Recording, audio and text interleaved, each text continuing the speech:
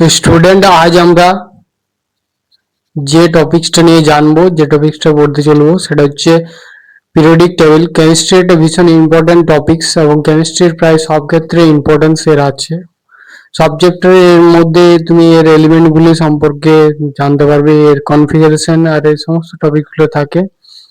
এবং এটা specially basic, just like chemistry শুরু থেকেই স্টার্ট 9-10 থাকছে, 11 আছে এবং তার সাথে সাথে নিট যে তুমি কোশ্চেন এর মধ্যে পেয়ে যাবে। তো এই টপিকসটা বা এই চ্যাপ্টারটা ছাড়া একান্ত প্রয়োজন নয় এবং ফার্স্ট সেমিস্টারের জন্য এটা ভীষণ ইম্পর্টেন্ট টপিকস। তো দেখো, পিরিয়ডিক টেবিল সম্পর্কে আজ আমরা কি কি টপিকস নিয়ে জানতে চলেছি। ফার্স্ট, পিরিয়ডিক টেবিল সম্পর্কে অনেক সায়েন্টিস্টের রিসার্চ করে অনেক টপিকস আমাদেরকে দিয়েছে এবং এটা ডেভেলপ হতে হতে মডার্ন পিরিয়ডিক টেবিল তৈরি হয়েছে এবং এর রিসার্চ এখনো চলতেই থাকছে। তো দেখো, বিভিন্ন সায়েন্টিস্টের মধ্যে প্রফট সায়েন্টিস্ট রয়েছে, লুথারমিয়ার থাকছে তোমার ডোবেরিয়ানের ত্রয়ী সূত্র, নিউল্যান্ডস অক্টেট রুল ল থাকছে তোমার ম্যান্ডেলিফ। ওকে, তো থাকছে তোমার প্রথম আমরা যে টপিক পড়বো সেটা হচ্ছে ডোবেরিনার ট্রেড রুল।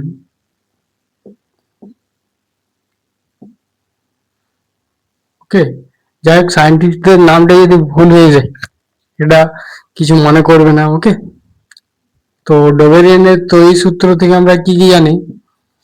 ডোবেরিয়ানের ত্রয়ীতে বলছি যে ফার্স্ট যদি তিনটে এলিমেন্ট থাকে, মানে 1, 2, 3, তিনটে যদি এলিমেন্ট থাকে, ওকে, তিনটে এলিমেন্ট, মানে এলিমেন্ট গুলোকে পিরিয়ডিক, এটার মেন উদ্দেশ্য হচ্ছে মানে বিভিন্ন এলিমেন্ট গুলো রিসার্চ করে বেরিয়েছে, সেগুলো অ্যারেঞ্জমেন্ট কিভাবে করবে, একটা পিরিয়ডিক টেবিল বানানোর চেষ্টা করছে। সেই টেবিলটা কিভাবে তৈরি হবে সেই কনসেপ্ট দিয়েছিল। সেখান থেকে তোমার 1, 2, 3 যদি এরকম এলিমেন্ট থাকে তিনটি, তাহলে কি হবে, দেওয়া আছে যে atomic weight of atomic weight of second, that is equal to atomic weight of A plus atomic weight of B by 2, মানে এটা এভারেজ। ওকে, এটা এভারেজ মানে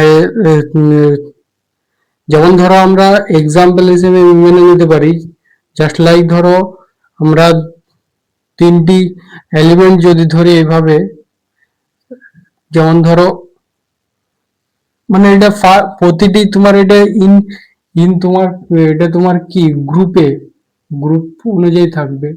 যদি ফার্স্ট গ্রুপের ক্ষেত্রে ধরি, ফার্স্ট গ্রুপের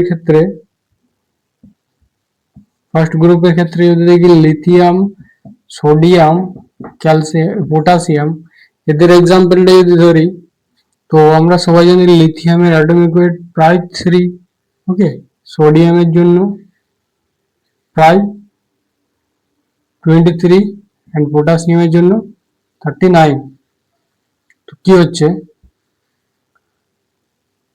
এই কনসেপ্টের থেকে কি জানছি না,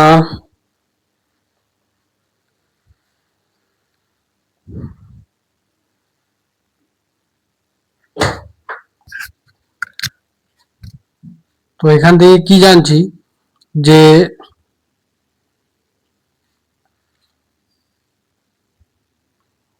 তোমার lithium 7, okay, lithium that is 7। তো সিম্পল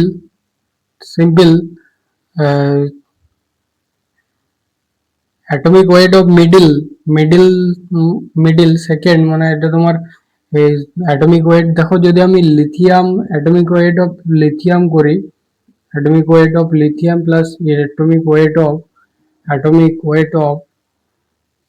অফ তোমার পটাশিয়াম ডিভাইড বাই 2 করি, তাহলে কি পাবো, simply 7 plus 23 divide by 2, sorry পটাশিয়ামের ক্ষেত্রে 39 simple 46 divide by 2 that is কত? That is simple 23 and 23 that is atomic weight of sodium. তাহলে এটা তোমার কিছু কিছু ক্ষেত্রে ভ্যালিড হয়ে যাচ্ছিল, কিন্তু সব ক্ষেত্রে ভ্যালিড না হওয়ার কারণে এটা ফেল্ড হয়ে গেছিল। তো ফেল্ড হওয়ার পর যে সূত্রটি ছিল অক্টেভ রুল, অক্টেভ লতে কি বলা আছে, যদি মানে এটাতে তোমার বলা আছে যে একটা তোমার পিরিয়ডিক টেবিলে একটা পিরিয়ডের ক্ষেত্রে টপ টপ 8টা পরপর পরপর টপ 8টা এলিমেন্টের ক্ষেত্রে top 8 element has same physical and chemical properties ওকে, না পরপর, এটা পরপর 8টি এলিমেন্ট টপ 8 অ্যারেঞ্জমেন্ট, মানে তোমার এক্সাম্পল হিসেবে হতে পারে, সিম্পল এক্সাম্পল যদি আমরা সেকেন্ড পিরিয়ডের ক্ষেত্রে দেখি, ইন সেকেন্ড পিরিয়ডের ক্ষেত্রে কি কি এলিমেন্ট থাকে, পরপর 8টি যদি এলিমেন্টকে যদি আমরা ধরি, যেমন লিথিয়ামের পর থাকছে তোমার beryllium, boron, carbon, nitrogen, oxygen, fluorine, neon. এদের ক্ষেত্রে কি হচ্ছে, 8টি এলিমেন্টের ক্ষেত্রে has same physical and chemical properties okay. Second period তুমি থার্ড পিরিয়ড নিতে পারো, থার্ড পিরিয়ডের ক্ষেত্রে তুমি পেয়ে যাবে কি কি পেয়ে যাবে না, নিয়নের পর থাকবে সোডিয়ামের পর ম্যাগনেসিয়াম, অ্যালুমিনিয়াম, তারপর তোমার থাকছে magnesium, aluminium, phosphorus, sulphur, aluminium, silicon, phosphorus, sulphur, তারপর কি থাকছে, ফসফরাস, সালফার, তারপর থাকছে তোমার